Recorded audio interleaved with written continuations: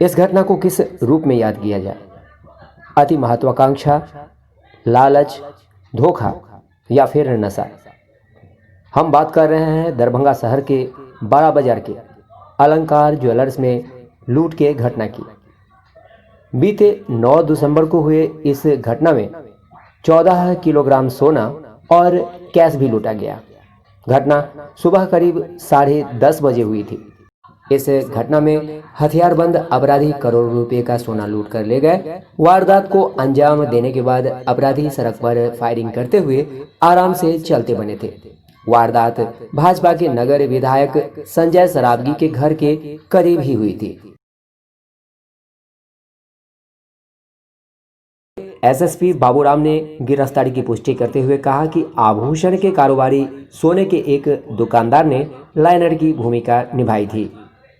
यह दुकानदार इस दुकान में पहले कारीगर का काम करता था। उसने अपना अपराध भी कबूल कर लिया है। उसके बताए ठिकानों पर लगातार छापेमारी भी की जा रही है। मधुबनी के अतिरिक्त हाजीपुर में भी छापेमारी की गई। मिली जानकारी के अनुसार पुलिस ने अपराधी के रिश्तेदारों को भी गिरफ्तार किया है। बताया जा रहा है कि अपराधियों ने रिश्तेदार के यहाँ रुककर प्लान बनाया था। एसएसपी ने इस पूरी कार्यवाही के बारे में विस्तार से जानकारी दी। आइए सुनते हैं इस घटना के कुछ संपादित अंश। ये 9 तारीख को दरभंगा में बड़ी बाजार में एक ज्वेलर के यहाँ बड़ी लूट की घटना हुई थी। इस केस में जिला के तमाम वरीय पुलिस पदाधिकारियों के साथ साथ पटना से एसटीएफ की टीम, सीआईडी की टीम और एसएसबी टीमें भी यहाँ जांच के लिए आई थी और इसमें संयुक्त रूप से पुलिस ने कार्रवाई की और शीघ्र इस केस पर उद्भेदन किया और 7 लोगों की गिरफ्तारी हुई है। इसके बाद जो मामला सामने आया वो ये है कि दरभंगा का एक छोटा सा ज्वेलर है जो पहले एक बड़ी दुकान में काम करता था और इसका यहाँ जो पीड़ित हैं इस केस के अलंकार ज्वेलर, उनके यहाँ आना जाना था। 1 साल पहले इसने अपनी दुकान खोल ली छोटी सी और उसके बाद ये आना जाना और बढ़ गया और इसकी नज़र उस बड़ी दुकान पे थी। इसने अपने साथियों के साथ मिलकर इस पूरे लूट की घटना को उसने प्लान किया और जयनगर से कुछ अपराधी को अपने यहाँ बुला के बगल में कमरे में किराए पर रखवाया। इसके बाद जब इनकी योजना कामयाब नहीं हुई, इसके बाद इन्होंने अपने पड़ोस के ही एक अन्य लड़के की मदद से हाजीपुर के एक बड़े गैंग हैं जो इस तरह की घटनाओं को अंजाम देने में शातिर है, उस गैंग को यहाँ आमंत्रित किया और पिछले 1 महीना से उस गैंग के लोग यहाँ आए, कई बार रेकी की और 9 तारीख को उन्होंने इस घटना को अंजाम दिया। उद्भेदन में हम लोगों को काफ़ी हद तक जो हमारे स्थानीय गुप्तचर हैं, सीसीटीवी कैमरा पूरे ज़िला में और ज़िला के बाहर भी जो लगे हुए हैं उनकी फुटेज से और टेक्निकल इन्वेस्टिगेशन के दूसरे तरीक़ों से मदद मिली और हम लोगों ने 3 दिन के अंदर इस केस पर उद्भेदन किया। इस केस में 7 लोग अभी गिरफ्तार हुए हैं। दूसरे ज़िला के कुछ अपराधी हैं, वहाँ पर छापामारी के लिए टीमें गई हुई हैं। कल रात में गैंग के सरगना के घर पर छापामारी हुई थी हाजीपुर में, लेकिन पीछे उसका घर दूसरे घरों से कनेक्ट होने के चलते पीछे के रास्ते से वो भागने में कामयाब रहा। उम्मीद है जल्दी उसकी गिरफ्तारी होगी और इसके बाद जो गैंग के दूसरे लोग हैं उनकी गिरफ्तारी के लिए और लूटे गए सोने की बरामदगी के लिए भी छापामारी लगातार जारी है। इन लोगों से लूटे गए 4 मोबाइल, इसके अलावा कुछ नशे की गोलियां और गांजा, हथियार, गोली वगैरह बरामद हुआ है। इसके अलावा इनके मोबाइल के जो सीडीआर या अन्य जो टेक्निकल पहलू हैं उनसे भी इनकी इन्वॉल्वमेंट इसमें स्पष्ट हुई है और सभी ने पूछताछ में भी अपनी संलिप्तता स्वीकार की है। जेल में बताया है कि कैसे दरभंगा से 8 महीने से अपराध की योजना को ये लोग बना रहे थे। मुख्य सरगना कैसे कैसे लोग इनके संपर्क काम करता है वो है, जिसको हम लोग एक अपना कर्मचारी है और इसके अलावा उसके पड़ोस के कुछ और लोग हैं जो इस घटना में शुरू से ही प्लानिंग में इन्वॉल्व हैं। पूर्व से आपराधिक इतिहास भी है इन लोगों का। जो बाहर के जो अपराधी हैं दूसरे ज़िलों के, उनका लंबा छोटा आपराधिक इतिहास है। खासकर जो हाजीपुर का गैंग है उसने धनबाद में, रांची में और अन्य कई जगहों में इस तरह की घटनाओं को अंजाम दिया है। पूर्व से कई कांड में वो लोग वांछित हैं, पुलिस को उनकी तलाश है। जो जयनगर का अपराधी है वो भी कई बार चोरी और आर्म्स एक्ट के केस में जेल जा चुका है और यहाँ दरभंगा जिला के जो लोग हैं इनका आपराधिक इतिहास हम लोग पता कर रहे हैं। हालांकि इनका कोई बहुत बड़ा आपराधिक इतिहास नहीं है, लेकिन आरंभिक पूछताछ में सामने आया है कि सभी लोग आवारा हैं और नशा करते थे। नशा करने के क्रम में ही इन्होंने ये इस तरह की योजनाओं को बार बार डिस्कस किया। दरभंगा का लाइनर कौन है?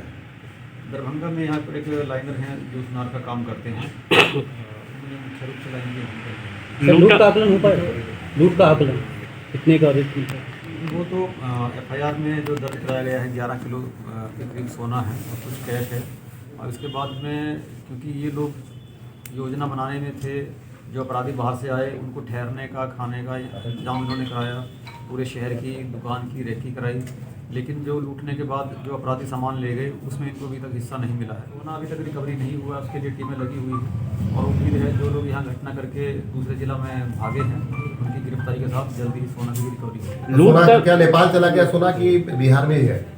देखिए अभी तो हम लोग बहुत स्पष्ट रूप से नहीं कह सकते हैं, लेकिन जो अपराधी इस घटना को अंजाम दिए हैं उनमें से अभी किसी के भी नेपाल भागने की सूचना नहीं है या कहीं बाहर जाने की सूचना नहीं है, इसलिए हम लोगों को उम्मीद है कि अभी सब कुछ आसपास के जिला तक ही सीमित है।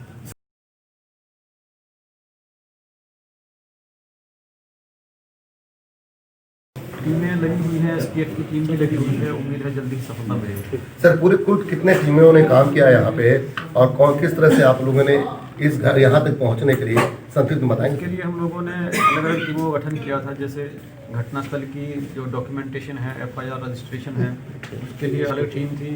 इसके अलावा जो शहर के सीसीटीवी चेक करने के लिए अलग अलग जगहों पे उसके लिए अलग टीम थी। और जो दूसरे ज़िलों को जाने वाले रास्ते हैं वहाँ पर अलग अलग थानों को हम लोगों ने सीसीटीवी की चेकिंग के लिए लगाया था। इसके अलावा जो सीडीआर का एनालिसिस, डंप डाटा का एनालिसिस, इसके लिए हमारा टेक्निकल सेल लगा हुआ था। और जो रेड के लिए अलग अलग जिला के लिए टीमें थी वो अलग अलग थी। पूछताछ के लिए अलग टीमों का गठन किया गया था। कुल बिहार के कितने टीमें काम करती हैं? हम लोगों के यहाँ जिला में 6 टीमें हम लोगों ने अलग अलग काम के लिए बनाई थी। इसके अलावा एसटीएफ, सीआईडी और एफएसएल की टीमें भी लगातार हमारे साथ में काम करती हैं। अभी क्या क्या बरामद किए हैं? वो रिवॉल्वर और गोली और क्या? रिवॉल्वर है, 2 गोली है, इसके अलावा कुछ गांजा है, नशे की गोली। शहर में लगातार हो रही चोरी की घटनाएं जिसको भी लोग प्रशासन की विफलता से जोड़ देते हैं, आप क्या करना चाहिएगा? चोरी की घटनाओं को लेकर हम लोगों ने पूरे शहर को सेक्टर में बांट कर रात में पैदल गश्ती की शुरुआत की और इसको 5 दिन हो गए हैं। हर एक महत्वपूर्ण गली में 2 जवान की रात में गश्ती के लिए प्रतिनियुक्ति की गई है। इसके अलावा जो थाना की गश्ती है उसका काम अपनी गश्ती के अलावा स्ट्रीट पेट्रोलिंग को चेक करना भी है। तो उसके बाद से अभी तक घटनाओं में काफ़ी कमी आई है, कोई बड़ी घटना रिपोर्ट नहीं हुई है। तो आप सर शहरवासियों को क्या कहना चाहिएगा?